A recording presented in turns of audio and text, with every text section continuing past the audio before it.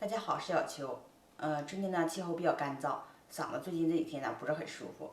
今天我就来做一款金桔雪梨银耳汤。这款汤呢有很好的止咳化痰和清肺的功效，而且做法特别的简单，每天晚上喝一碗，可以很好的提高身体的免疫力，预防感冒。喜欢的话你可以试一下。做这款汤所需要的食材呢，都是我们平时很容易买到的：200克金桔，100克泡发的银耳，几颗大枣，1个雪梨。在水里少加一点盐，这样更容易把金桔上面蜡搓洗掉。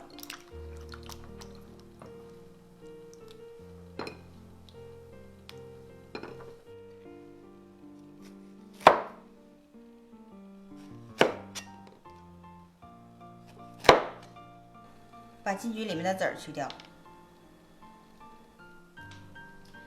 也可以不去掉，当然效果会更好，但是会有一点发苦。雪梨去皮后切成小块，银耳的根部去掉，然后切成小朵。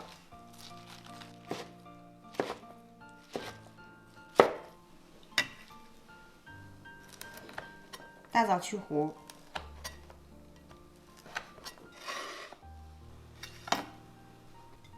在砂锅里加入3斤左右的清水，把准备好的食材一起倒在砂锅里。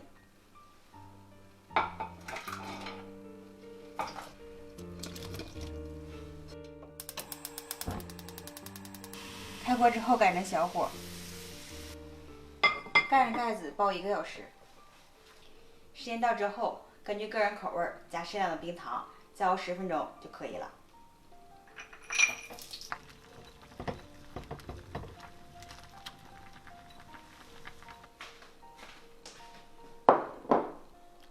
金桔雪梨银耳汤就做好了。这款汤每天晚上喝1碗，既可以止咳化痰，又能清肺和预防感冒。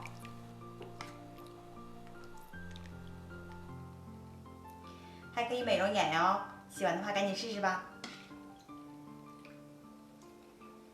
喝汤了。